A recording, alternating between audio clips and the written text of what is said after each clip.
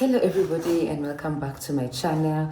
I really hope this is the last time I will attempt to film this video. I really pray and hope this does not happen again because I'm tired. I'm really tired. It's 7:51. It's going to 8 p.m. This is around my dinner time. This is around my with smoking time. It's around the time that I'm supposed to just anyway. So take 3. Welcome back to my channel, guys, and welcome to Vlogmas Day 7. I can't believe it's been a week since we've been doing this. Yeah, it's actually been a week because around this time last week was when I went for my movie date. Around this time last week was now around the time that I got a boyfriend. So it's definitely been a week. And wow, I think today I've really felt the pinch and the exhaustion creeping in, but I am going to keep going. I was really debating on actually posting this video tomorrow, but I'm just going to try and do it today. So, take 3. Today's video is going to be a big shout out to my Patreon account. For those of you who follow me on Instagram, you probably know that I joined Patreon a few months ago. And the reason I joined is because I wanted another outlet that I felt that I feel that I can really express myself, because a lot of the people who, first of all, a lot of the people who follow me on social media, I'm just like, I don't even know where I got these followers from, because a lot of them are people who just really don't align with who I am as a person. For those of you who follow me on IG, you know I'm always telling people to unfollow me because I'm really trying to filter out the people who I don't want in my space. I want liberal-minded, open-minded, free-spirited, intelligent, woke, well-traveled women to follow me. The rest, I honestly don't understand what they're doing there, especially if you're coming to judge my content. So I think around the time when I was doing therapy, I really felt like I wanted to express myself, but I knew my blog was not a safe space because it's public and it just invites a lot of weirdos. So I decided to open up my Patreon account because I just felt like it was a safer space for me to just write and vent about anything and everything in detail without caring about what people are gonna say. And the people who subscribe to my Patreon get to explore the depths of my soul. They get to see my deepest, darkest secrets and my deepest, darkest desires as well. There are quite a number of articles up on my Patreon account right now. A lot of them are sex articles. So as opposed to where I just generally mention sex on my blog, on my Patreon, I really talk about sexual pleasure in detail and go into the detail about how you can improve your sex lives by what I share about my own personal experiences, which I know is quite taboo for a lot of people. Already what I write in my blog is already considered a taboo. But I feel like on my Patreon, it invites me, it allows me to be that, to be that sexual, I don't know, that sexual goddess that I know has always meant to be. But this is not a sex reading. It's not a sexual reading, guys. In today's article, we're actually going to be talking about the professional scene. And that is why I am all dressed up. I am trying to embody I'm also just trying to tap into the energy of green. So green symbolizes money, green symbolizes abundance, green symbolizes growth, and that's kind of the energy that I want to embody in today's reading. Also, I am really loving the turban. I feel like I look like a rich, successful African entrepreneur or career woman, and that is kind of what I want to embody in today's video. So the title of today's video is How This Toxic Work Environment Helped Me Grow, and it's basically a story about my experience working in the Kenyan professional scene, which is just the ghetto of the ghetto. For those of you who work for Kenyan companies or work in the Kenyan professional scene, I'm sure you can attest to this. In this industry, or in this economy rather, a lot of workers are overworked and underpaid, and their resources, and I just feel like companies don't really utilize people for their fullest potential. They just try to, I don't know, milk without nourishing the employees in return. I think it's just a very problematic industry to work in. The Kenyan economy is just very, very problematic, and I was traumatized last year when I had to actually attempt to work in this environment. So the title of today's video, as I said, is How This Toxic Work Environment Helped Me Grow. I am going to be reading from my Patreon account. It's a Patreon article. So let me just get right into the video. But first, let me just check if this thing is still recording. Okay, we're good. I think third time is the charm. Yeah. So, okay. It's been 1 year since I stumbled onto this toxic work environment.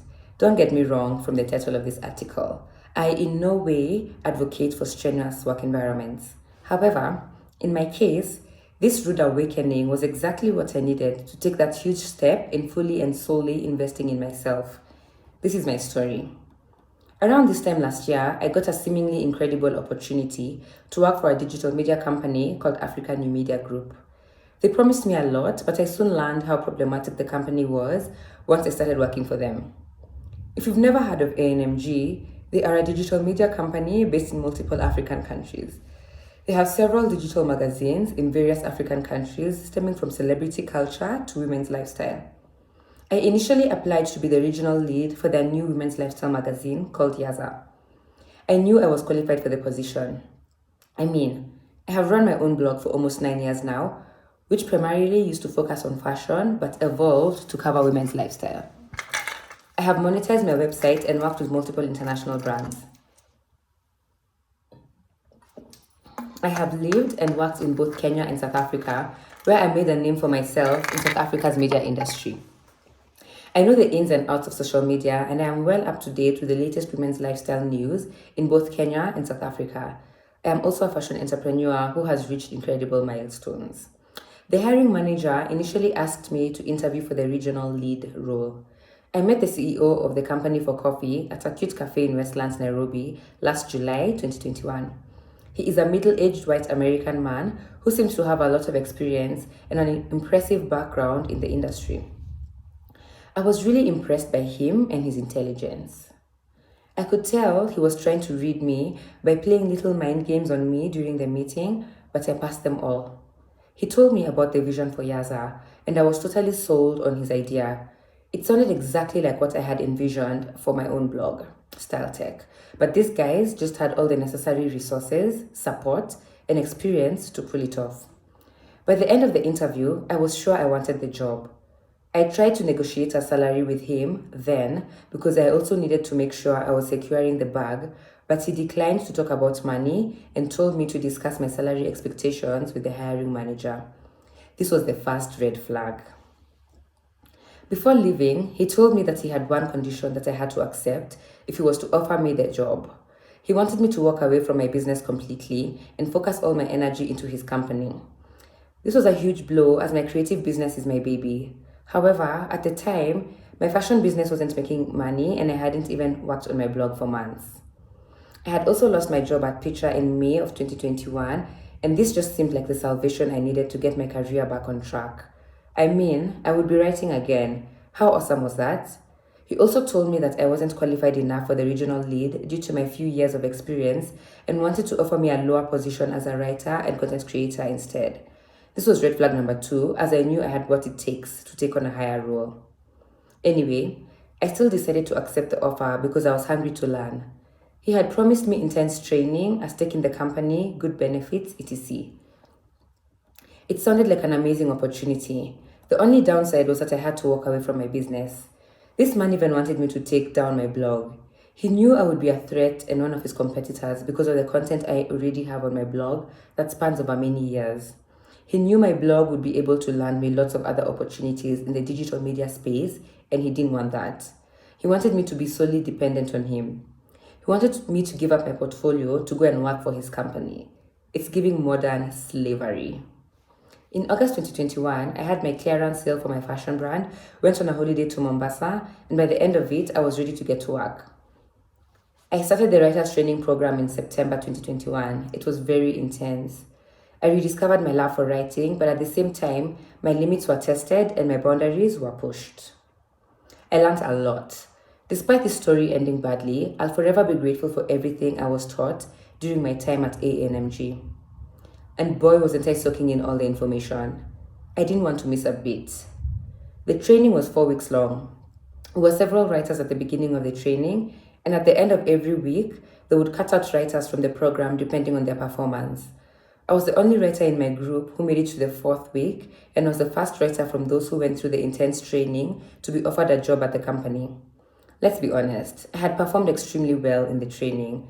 They did complain about me being a slow writer, but my writing was top-notch. Quality over quantity is my motto. I'd much rather spend hours writing an amazing article than spend 45 minutes writing an average piece. But these people just wanted numbers. They wanted an insane amount of articles per day.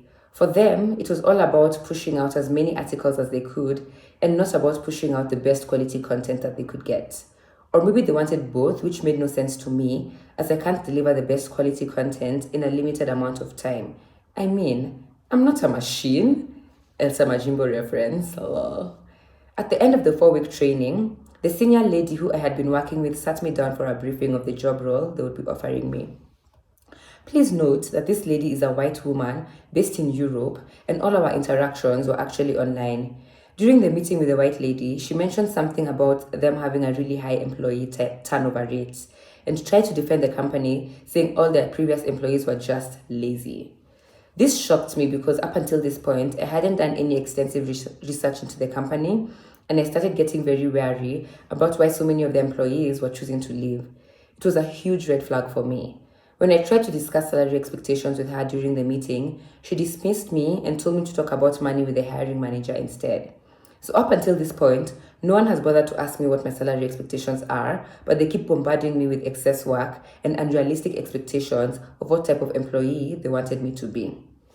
After the meeting, I decided to do a bit of a background check of the company and went to Glassdoor to read what former employees were saying about their experiences working there.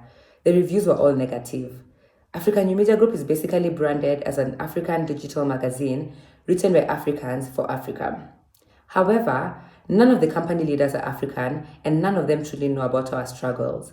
Their main aim with this company was to make as much profit as they could in a limited amount of time, sell the company, and move on with their lives. Being white, they had managed to secure a lot of funding for the company, yet this funding was not being reflected in employee benefits and salary packages. The only people who were truly benefiting were the white company leaders. They were busy exploiting African talent and milking their employees for everything they could get in exchange for minimal salary wages and toxic work environments. It was a total exploitation of African labor, slavery in the corporate world. I was totally disappointed and highly demotivated after reading these reviews.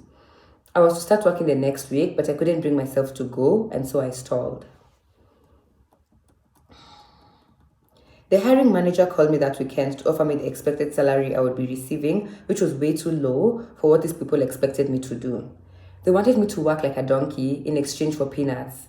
These tactics of theirs probably worked with their other employees who were probably desperate for jobs. I don't think they anticipated my lack of desperation for this position. I tried negotiating my salary with the hiring manager, but she didn't budge. I showed up to work more than a week later, following the employment offer. My first day was horrible. This colonial master and CEO of African New Media Group actually made me sit outside the offices contemplating my future. He threatened to withdraw the employment offer because I was clearly not desperate enough for the job. He was also scared that I would leave the company as soon as I got a better offer. This man made me beg for the job. I felt so stupid doing so, but I so badly wanted to write again that I did. I sucked up all my pride and I begged. I was finally allowed to join the rest of my colleagues. The room just felt so intense. Everyone was trying to rush through their tasks for the day, and the atmosphere felt uneasy. I had been given an insane amount of tasks per day, way more than my other colleagues who had been hired around the same time as me. Furthermore, I had been dumped into a celebrity magazine to write hot topics for Namibia. Honestly, what bullshit is that? The only reason I took the job was because I wanted to write for women's lifestyle. I don't care at all about celebrity gossip and have no clue about Namibian pop culture. I even remember my mom warning me that writing about celebrity gossip would end up affecting my character. When your main job involves writing dirt about people, you need to have some ounce of malice in you. I saw a lot of this malice in the CEO. They consistently told me to show more of my attitude in my writing, which was a nice way to say that I needed to be meaner and more scandalous in how I wrote. This ended up helping me in the long run because once I left the company and started writing for my blog again, I was able to be more raw and unapologetic in how I expressed myself.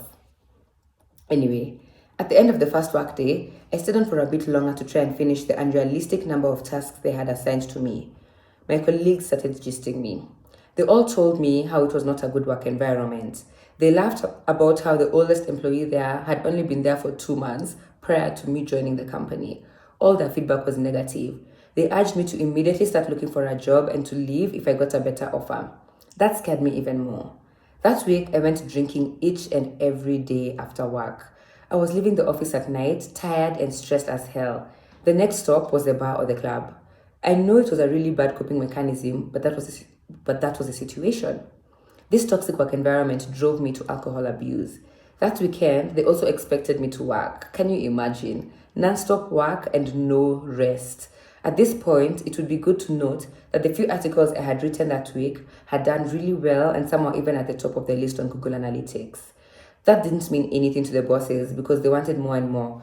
They wanted to milk me for everything I had. Instead of nurturing my writing talents, they abused my efforts. I felt sick the next week. It was no surprise considering how badly I was taking care of my physical and mental well-being. I was fired that week with no notice and no pay after missing work due to being sick. They didn't care that I had a doctor's note either. How I knew I had lost my job was because I was suddenly kicked out of our online work platforms and social media pages. Nobody at the company bothered to write me a letter of termination. Nobody bothered to contact me. Nobody bothered to pay me. I cried for 2 days straight. When I finally got the strength and the courage to come out of bed and confront them, I was treated like a stray dog. I called the hiring manager, who is also in charge of HR. She's literally the worst person ever. She does not care at all for employees and is only there to cash her check and do all the dirty work of the white company leaders. She told me I wouldn't be receiving any pay because I didn't complete the unrealistic number of tasks they had assigned to me. This had not been stated in the contract. When I emailed the bosses, the very immature CEO responded with threats. He told me never to contact them again and said they had screenshots of my social media activities which they would use to bring me down. My mom runs an HR consultancy company and is highly respected in the industry, both locally in Kenya and worldwide. She was ready to fight for me with all her labor lawyer contacts. However, I advised her not to. I knew it wasn't the right time. If anything, I had walked away from the company with so much knowledge about what I needed to do to be a successful writer and how to run a successful digital media agency. That is all I needed, my knowledge. And I knew they could never take that away from me. So I left in silence with no pay and feeling so cheated. The next month in November 2021, I revived my blog and I started writing again. I was so determined to make it after the trauma I experienced at ANMG. I just needed to prove them wrong. It has been an incredible journey. There have been many ups and downs, but it has been fulfilling all the same. Despite having a really terrible experience at African New Media Group, I'll always be thankful to them for realigning me with my soul's purpose. I'm also starting my own digital media company and would like to train other writers. I want more writers to also contribute to my site and find more opportunities both locally and internationally to earn an honest living from their craft. Enough is enough. These colonial masters and industry gatekeepers should not be allowed to continue abusing writers and their work. Stay tuned to my Patreon. My next article is a lengthy one that shares all my secrets that I have gathered to help writers earn an income online from their work. So guys, that is the article. I'm going to check if it's still recording. Oh my gosh, we're still rolling. So that is the article. Thank you so much for being here until this point. If you have any stories that you also want to share about your traumatic experiences working in the Kenyan economy or just the Kenyan professional scene, working for Kenyan companies or Kenyan run companies, please leave your woes in the description box. In the comment section. It's always good to talk about some of these traumatizing work experiences, just that we know that some of these things that these employers do are not okay and they shouldn't be allowed to continue doing them.